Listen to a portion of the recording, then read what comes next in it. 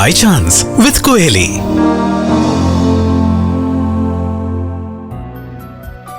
তখন কলেজের last year চলছিল। সবার মধ্যে এক অদ্ভুত উত্তেজনা। লাস্ট ক্লাস, লাস্ট ক্যান্টিনের আড্ডা, শেষ বেঞ্চের হাসাহাসি। নিখিল আর নীলাব্জ দুজন বসেছিল ক্যান্টিনের এক কোণে, হাতে কফি, সামনে হাওয়ায় উড়ে যাওয়া কিছু শুকনো পাতার মতো অজস্র কথা।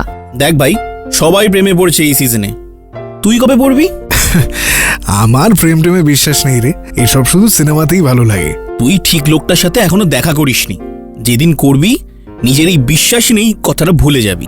নিখিল হেসে উড়িয়ে দিল, কিন্তু ভাগ্য তো অনেক সময় আমাদের পরিকল্পনার বাইরে হেঁটে যায়। দুদিন পর কলেজের অ্যানুয়াল ড্রামা রিহার্সাল চলছিল। পরিচালক মিস সেন বললেন, আচ্ছা এবার নিখিল তুমি হিরোর ক্যারেক্টারটা করছো, আর হিরোইনের রোলে নতুন একজন আসছে, শালিনী মুখার্জি। যেই মুহূর্তে শালিনী ঢুকলো অডিটোরিয়ামে, নিখিলের চোখ যেন স্থির হয়ে গেল। তার হাতে স্ক্রিপ্ট, চুলের এক গোছা কানের পাশে পড়ে আছে, আর চোখে এক অদ্ভুত প্রশান্তি। নিখিলের মনে তখন একটাই কথা, এই মেয়েটা যেন অন্য জগতের মানুষ। রিহার্সাল শুরু হলো। দৃশ্যটা ছিল হিরো হিরোইনের মুখোমুখি প্রথম দেখা। তুমি কে? যে তোমার কাহিনী বদলে দিতে এসেছে। ডায়লগটা বলার পর তাদের চোখ এক মুহূর্তের জন্য থেমে গেল, যেন মঞ্চের আলো নিভে গেলেও সেই চোখের আলো নিভল না। পরবর্তী দিনগুলোয় নিখিল বুঝতে পারছিল শালিনী তাকে ঘিরে ফেলেছে নিঃশব্দে। বৃষ্টি হলে সে ছাতাটা শালিনীর দিকে বাড়িয়ে দিত। ক্যান্টিনে কফি নিত 2 কাপ, একটা তার জন্য, একটা শালিনীর জন্য।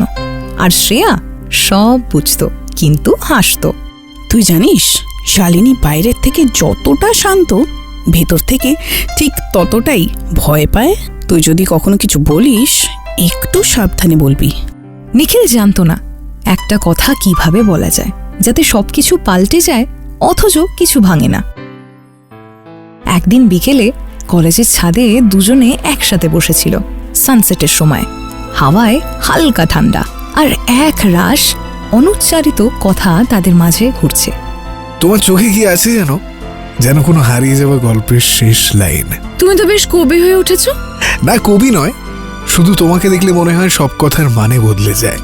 একটু নীরবতা, তারপর শালিনীর গলায় ধীরে ধীরে, তুমি জানো আমি সব সময় একটুখানি দূরত্ব রেখে চলি, কারণ আমি ভয় পাই কেউ যদি চলে যায় তখন ভীষণ কষ্ট হয়। আর যদি কেউ না যায়, তাহলে হয়তো আমি আর তুমির মাঝে ফাঁকটা মুছে যাবে।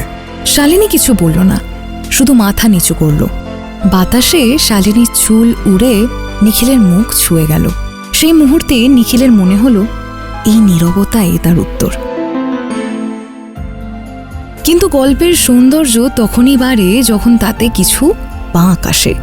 সেমিস্টার শেষে খবর এলো শালিনী বিদেশে পড়তে যাচ্ছে, স্কলারশিপ পেয়েছে। তাহলে তুমি যাচ্ছ?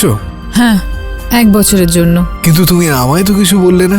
বললে কি হতো নিখিল, অনুভূতিগুলো তো কথায় বলা যায় না। তাহলে তুমি আমার কথা ভেবে যাবে না? তোমাকে না ভেবে থাকা কি এতটাই সহজ গো?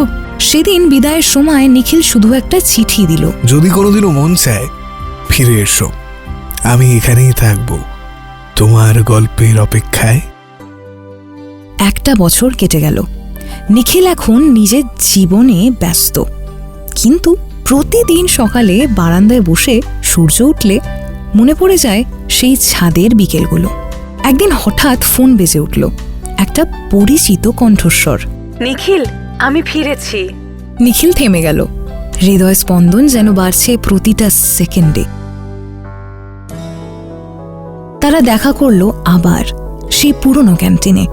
শালিনী চুপ করে বসেছিল, চোখে একটু জল। তুমি জানো আমি এখনো ওই ছাদের বিকেলটায় আটকে আছি। আর আমি প্রতিদিন তোমার চিঠিটা পড়ে দিন শুরু করতাম। নিখিল হাতটা এগিয়ে দিল। তাহলে আজ বলো, আমাদের গল্পটা শেষ করব? গল্পটা শেষ নয়, শুরু হোক আবার। তারা একে অপরের দিকে তাকিয়ে হাসল। বাইরে তখন হালকা বৃষ্টি পড়ছে, আর ক্যান্টিনের কাঁচের ওপারে সেই পুরনো সুর।